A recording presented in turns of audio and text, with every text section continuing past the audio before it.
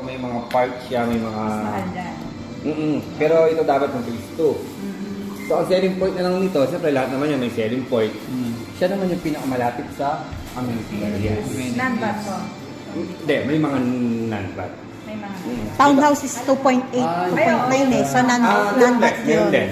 meron Alam mo, din. townhouse meron lang meron na. Non-bat din yun. Di ba't nasa 3M na po, sir, yun? Ngayon, So, nag- 3.3 may bat na siya. yun. May bat na po yun, sir, no? Hindi, 3.3 yung selling price namin. Kaya bibigyan mo ng bat and transfer fee, aabot siya ng 4M. Okay. Kaya townhouse lang yung ano. Kaya naisipan nila na buksan ito as may mga lot na non-bat. Pwede naman lahat. Depende rin kasi sa orientation ng unit eh. Minsan, nasa main road, minsan morning sun siya. So, asahan mo na yung mga non-bat dyan, yung sa atin na lang to, yung pinaka-pangit na lugar. Pero sa pwede naman nasasabihin. Sir, naka-record. Joe. Wala naman ganun sun yan. Siguradong nakaipit dyan, hindi siya end unit. Parang gano'n. Napagod yung ipit. Selling point, malapit sa ano? Amenities. Walking Mga dito distance. yan. Maganda rito, black. Hindi siya maganda na. Alin yung mga sold out natin, sir? Pa-orient lang ako. Saan po yung mga sold out natin dito, banda? Ito yung papel. May yung papel na siya yung nilagay ko. Nasa likod. Ito po banda yan, sir? Apo, bali phase 1 tayo. Ito, phase pa lang. 1. Wala pa Sold tayo inventory out. sa phase Ito 2. lahat. So, ito yung phase Yung 2. walang mark po. Ito sa may shade. So, main gate, sir? Saan po yung main gate natin, sir? Disregard nyo na lang yun. Kasi naka-pink po ang Ito po sold. yung road. Saan po yung main gate, sir? Start ko na ba? Actually po, Hamana, ang selling point namin dito, bago namin sinasabi yung presyo, pinagmamalaki namin yung dalawa namin main road. Dalawang spine road. Sa mga other developer, parang tinitinda nyo, may dalawang spine road sila. Sa tingin ko, wala. Meron man yan, isang main, isang secondary. Parang pantao lang isa or pang e-bike lang yung makakadaan. Kami, parehas ng spine road. 16 meters po yung lapad. Ang point ni So, owner wide po, road. kasi kunyari, 8 a.m. in the morning, papasok yung mga natatrabaho, workers, mga employee, So, hindi magtuloy. mga student, papasok ng school. Ang sabay-sabay lalabas siya, hindi magiging congested siya. Traffic. Ganun din pag pauwi. Kaya ginawa niyang dalawa. Kaya very generous po si Sir Leo po na dapat pwede niya papagkakitaan tong daan na to. Kasi commercial to eh. Kaparent niya yun eh. Pero ginawa niyang daan para sa project lang. And then, 15 hectares lahat yan.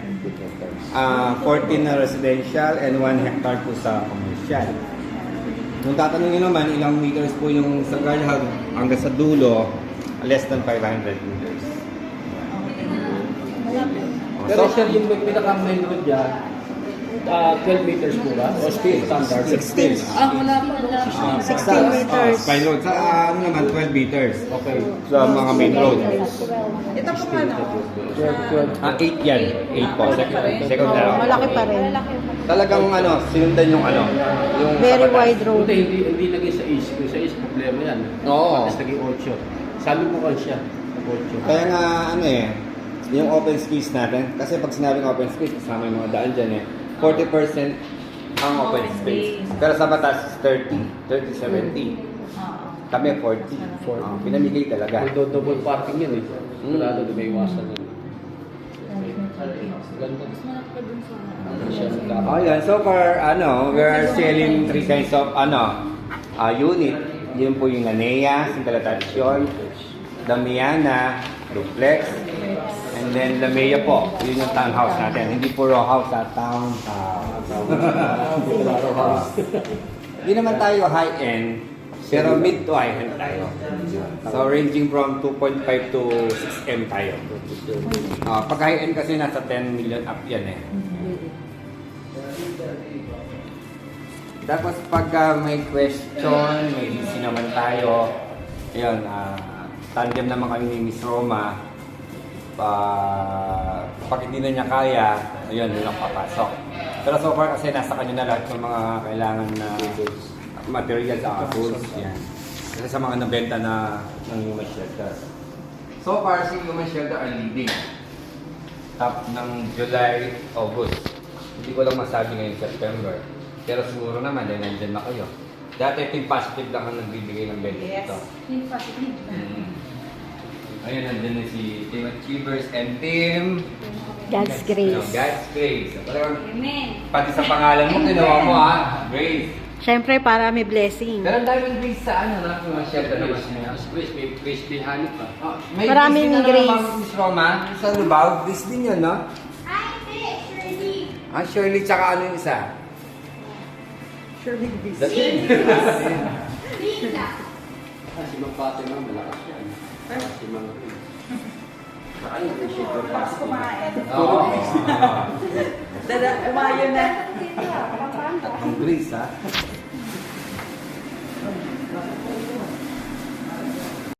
Meron din sa Tarlac, yung Monasterio de...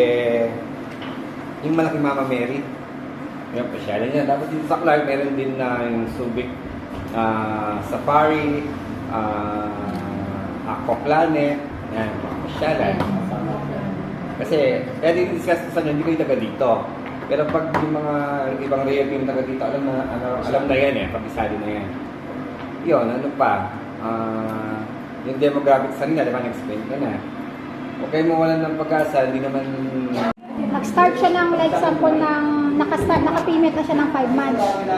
So ang ano niya Amana kasi, kung may kukuha na bago, kakakulin niya yung kung magkano ilan na lang kung 12 months yan, remaining na lang 7 na lang yung kadikit niya para parehong turnover. Ganun yung parang ini-implement. Sabay ko ng turnover. Ano po yung Ano ma'am yung townhouse? sa townhouse naman, I think kung medyo majority madami, parang ganun din sa... hindi, kung majority naman kasi siyempre ano. Pero alam ko ito, yung ini-implement nila, nag-a-apply kung ano yung nabayad na nagipino ng nauna. Para pareho silang... Sabay ibibinda, parehong natutulungan. Sabay silang turnover. Opo. Kaya yung ibang mga clients nila, ma'am, ang kinukuhanan ko, it's either magkatabi pareho yung mga clients nila or walang katabi yung sa side. Para hindi nag-i-start from the month, 12 months stretch na. So yun po. Dito, na-explain na po dito may shop house na ano, itatag. Pero ang construction ng bahay po, ma'am, 10 months or 8 months? Ang sabi po nila sa TPS, di ba po, kaya nilang itayo yung bahay in 5 months. Pero syempre, mahirap para sa atin na seller na Sabihin nun. nag-disclose ng gano'n. So, oo, yung gano'n. Pero depende kung nag-cash sila, di ba? So, pero stretch pa rin natin, wag na tayong mag-stock dun sa 5 months. Ang hirap, hirap yung Madelay-delay. mag-allowance tayo ng 4 years. Grabe. Pero sabi niya na 1 year eh. 1 year, o yan, mga ganon. So, ayun, pag-ibig and bank, deferred, pwede na po yan. Tapos, So yung deferred nyo, ma'am, na-approve na yon, ilang percent yung ano, sa loanable? parang, sa loanable kasi parang 15 at saka 85 nandito. 15,885. Ano siya? Pero depende. Depende pa rin. Oo, sa depende naman po. kakuhanan mo. Opo, depende. Kung hihingan naman po, ay nandun naman po sa sample computation. Pero yung final po niya, hihingin pa rin natin sa kanila kung ano yung computation ng kinukuha natin. Very responsive naman po sila kung ano yung kailangan po natin. Tapos, ang magiging concept po natin ganito, yung process po ng ating magiging kapag may client po tayo, so kami po may GC hindi po muna ako sasama. Hindi po muna ako sasama para walang masyadong nakikita si client, hindi siya nalilito. So kapag ka na-fill up mo pa yung set A and set A po, set A po, yun po yung upon reservation, tama po ba? Initial. Tapos doon sa set B po, syempre, nandun pa rin po kayo sa for follow-up. Special, magre-request po kasi may orientation po kasi si client. So, ang gagawin po natin is screenshot nyo na lang siguro yung kanyang Facebook para ma-reach out po directly ni client yung mag-orient po sa kanya. Para hindi na po marami congested, hindi tayo congested sa isang GC. Ano po. Tapos, ganun lang po. Kagaya po ng iba na na flow natin, dire-diretso lang yung flow. Tapos, i-inform ko naman po kayo kung meron pang lacking documents na nakita si orientation department or documentation department. Ay sasabihin ko naman po kayo. Tapos, si Sir Alfred kasi, papasok lang yan kung talagang may mga incident na hindi na talaga unmanageable para hindi natin siya ilalagay kaagad sa GC with the client. I-reserve natin siya sa bandang huli para at least kung sa developer yung may problema, siya na yung muna yung first touch from the developer or yung sa kay Miss Del. Pero yun, ang gano'n na lang po siguro yung yung flow natin para at least maayos. So far naman po, maayos naman po yung lahat ng transaction natin dito. Ayun po, any concern po, any concern. Malapit lang, nakita niyo po, ito po, ginip ko lang po, doon ako bumabas sa harap. May jeep pa na bumabas. Oo, may jeep lang po ako baba. Kahit sila, so ito, from here to second gate ng Mabalacat, 15 minutes lang. Parang, kung nakamotor ka, hindi naman 15 minutes. Nang kaya mo siyang takbo ng mga 10, gano'n.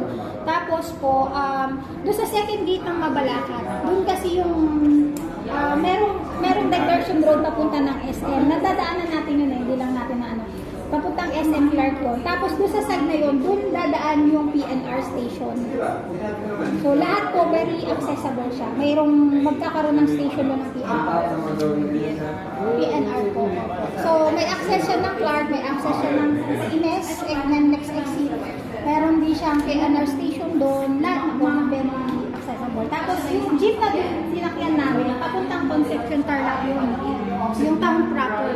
So kung from Tarlac to SM Clark yun. Dadaanan niya yung Daku, dadaanan niya yung dadaanan niya lahat yun. Dire-diretso. So wala naman kung magiging problem. Ayun, any questions pa po? Meron na sila. Sa juice po. Kasama po doon yung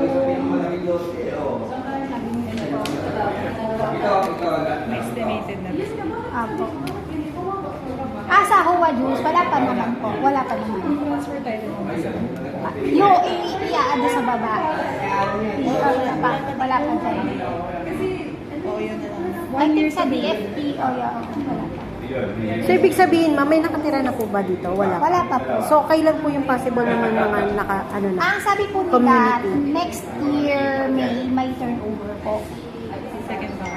Oo, next year may turnover na po. Yung sa mga naunang batch. Kasi yung client nila, Kasi yung mga client gusto may community na pagka lumipat sila. Wala, naman po, kahit na mauna po sila, mas okay po yun.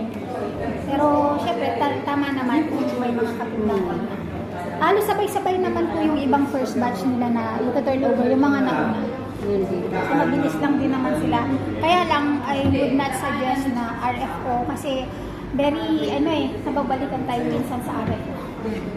Lalo na kung nagdi-delay, daming bagyo, hindi mo naman masabi. So, yun po. Bago po kayo mainitan,